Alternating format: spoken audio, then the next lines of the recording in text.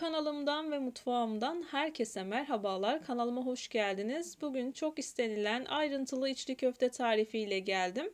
Videomu sonuna kadar izlemenizi önemli rica ederek sizleri çok bekletmeden hemen tarife geçiyorum. Tarifim için ilk olarak bulgurumu ıslamakla başlayacağım. 4 bardak ince bulgur, 1 bardak irmik, 1 tatlı kaşığı tuz, 1 çay kaşığı kadar pul biberi ekledim. Güzelce karıştırdım. Karıştırdıktan sonra üzerine 2,5 bardak kadar sıcak su ekliyorum.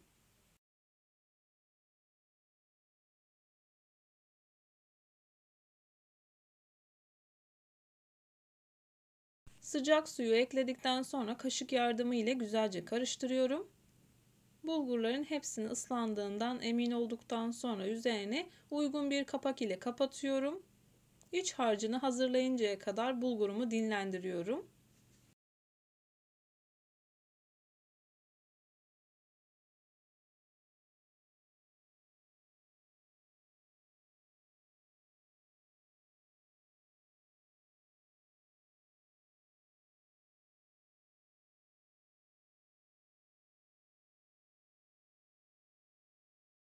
Bulgurumu kenara aldım. Uygun bir tavanın içerisine 100 gram kadar tereyağını ekliyorum. Bu arada ben göz kararı olarak hazırlıyorum. 100 gram kadar kullanmanız yeterli olacaktır.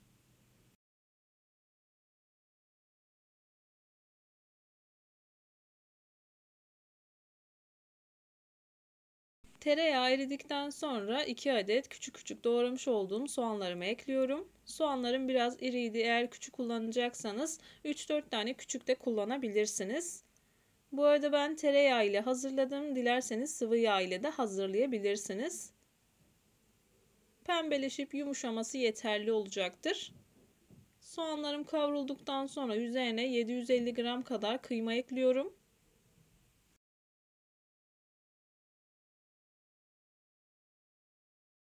Kıymamı ekledikten sonra göz kararı olacak şekilde biraz tuz atıyorum. Kıyma hem bu şekilde daha güzel kavrulacak hem de tuzunu alacak. En sonunda yine tuzuna bakarak tuzunu ayarlayabilirsiniz. Ona göre biraz az ekleyin. Kıymayı eze eze kavuruyorum.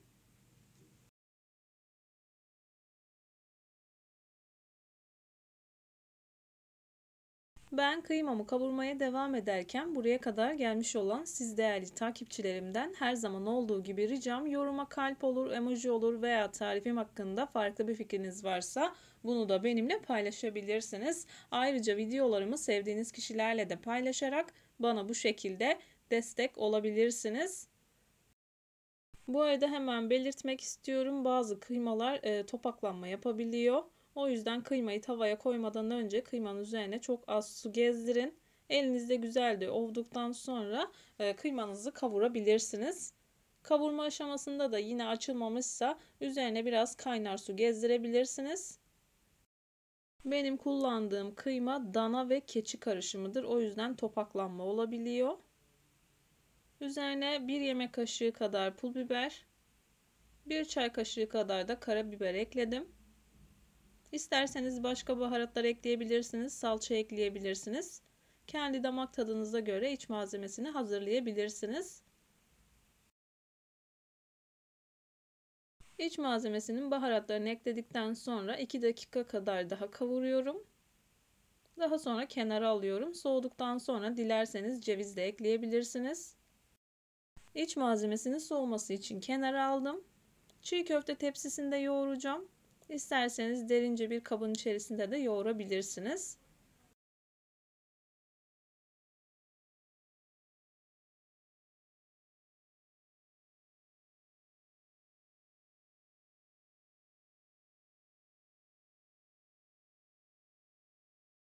Çiğ köfte tepsisine aldığım bulguru elimle biraz açtıktan sonra 1 yemek kaşığı kadar biber salçası, 1 adet yumurta, 1 çay bardağı kadar da unum var. Biraz yoğurduktan sonra azar azar ekleyerek hamuru yoğurmaya devam edeceğim.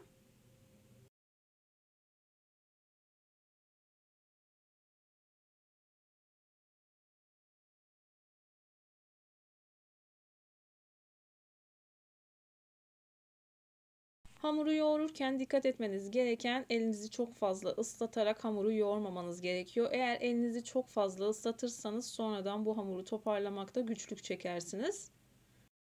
15 dakika kadar yoğurduktan sonra yarım çay bardağı kadar unu ekliyorum. Yoğurmaya devam ediyorum.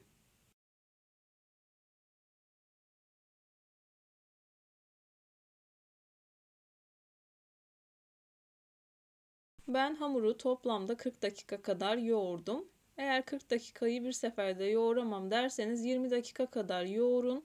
Üzerini streçleyin. Dinlendikten sonra tekrar 20 dakika kadar yoğurabilirsiniz. Hamuru sakız kıvamına gelinceye kadar yoğurmanız gerekiyor. Ben bu tarifte kısırlık bulgur değil, içli köftelik bulgur kullandım. Gördüğünüz gibi sakız kıvamını aldı. Bu aşamaya geldikten sonra da 10 dakika kadar yoğurdum. İçli köfte hamurunu ne kadar güzel yoğurursanız diğer aşamaları o kadar kolay olacaktır. En zor aşaması zaten hamuru yoğurmaktır. Gördüğünüz gibi resmen hamur gibi oldu. O kadar çok yoğurdum ki. Çok fazla su ekleyerek yoğurmadım. Çünkü açarken tekrardan su kullanacağım için çatlama olmasın. Çok yumuşak kıvamda olmaması gerekiyor. İçli köfte hamuru orta sertlikte bir hamur olması gerekiyor.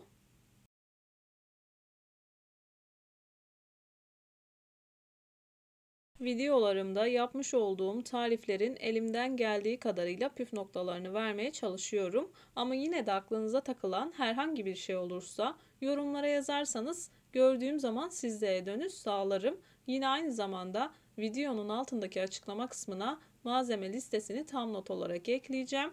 Dilerseniz oradan da bakabilirsiniz. Bu arada eğer isterseniz 10 dakika kadar hamurunuzu dinlendirebilirsiniz. Hamurdan bu şekilde küçük küçük parçalar kopartıp yuvarladım. Videonun bazı kısımlarını hızlandırdım. Video çok fazla uzun olmasın diye.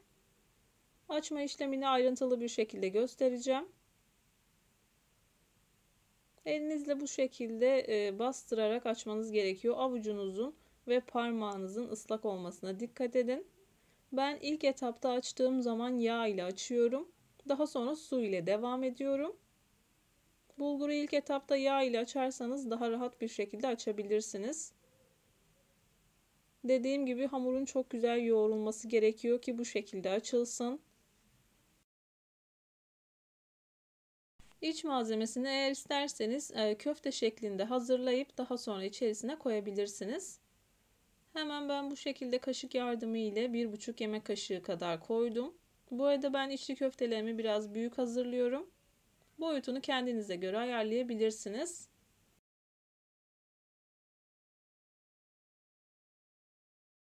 Ben bu içli köfte tarifini kızartmalık olarak hazırladım. İsterseniz yuvarlak olarak hazırlayıp bu tariften haşlama da yapabilirsiniz.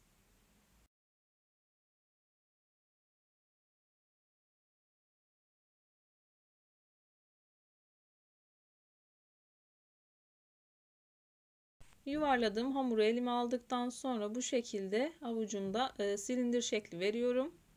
Daha sonra avucumu ve parmağımı çok az yağladıktan sonra hamuru bu şekilde avucumun içerisine bastırarak açıyorum. Parmağınızla avucunuzun içerisine bastıra bastıra bu şekilde açabilirsiniz. İlerleyen dakikalarda daha yakından göstermeye çalışacağım. Açma işlemini ayrıntılı bir şekilde çektim. Umarım sizler için faydalı olur.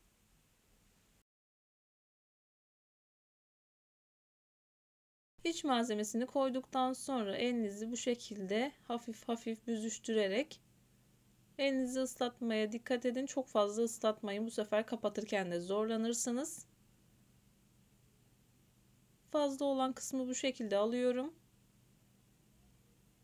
Elimin içerisinde döndürerek şekil veriyorum.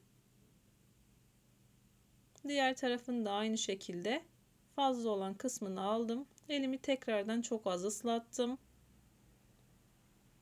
Sadece en başta açarken sıvı yağ kullanıyorum. Sonrasında sıvı yağ kullanmamaya dikkat ediyorum. Diyarbakır usulü yaptığım içli köfte tarifine de kanalımdan ulaşabilirsiniz. O tarifte kesinlikle yumurta ve un kullanmadım. Sadece bulgur, irmik, tuz. O tarifim de çok beğenildi ve çok sevildi. İsterseniz izleyebilirsiniz. Hemen kamerayı yakın çekimde tekrardan göstermeye çalışıyorum. Parmağınızla avucunuzun içerisine bastıra bastıra bu şekilde açın. Avucunuzun yağlı veya ıslak olmasına dikkat edin. Bu şekilde köfte şekline getirip de yerleştirebilirsiniz. İlk defa yapanlar için yine bu şekilde daha rahat bir şekilde hazırlayabilirler. Köftenin şekline göre içli köfte şekil alıyor. İlk defa deniyorsanız yine tereyağlı olarak hazırlamanızı tavsiye ederim. Sıvı yağ ile hazırlayacaksanız mutlaka tavayı yan tutun. Fazla yağını tavanın bir kenarında toplasın. İçi çok fazla yağlı olursa yine çatlama yapabilir.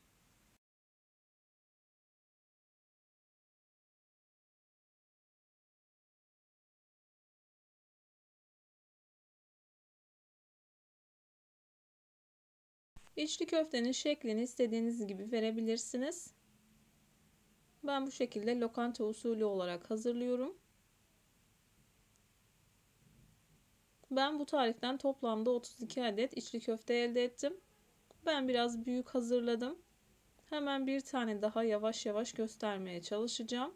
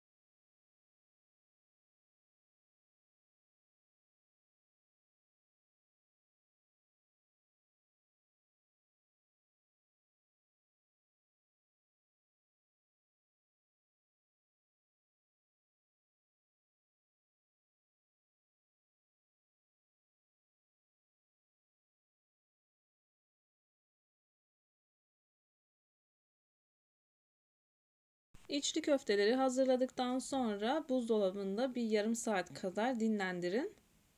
Yarım saat kadar dinlendirdikten sonra kızgın yağda kızartabilirsiniz. Ben önceden kullanmış olduğum içli köfte yağını kullandım. Bu şekilde derin bir tencere kullanabilirsiniz. İçli köftenin yüzeyini kapatması gerekiyor yağın. Bu şekilde güzelce kızarıyor.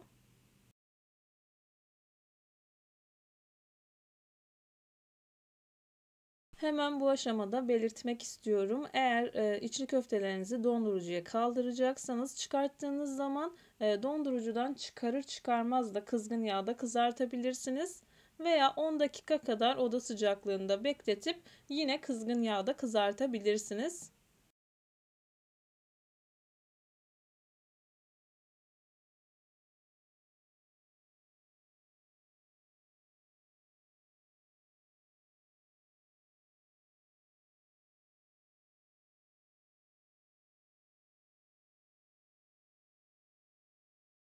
Birkaç tane kızarttıktan sonra hemen bu şekilde sizler için doku testi yapayım.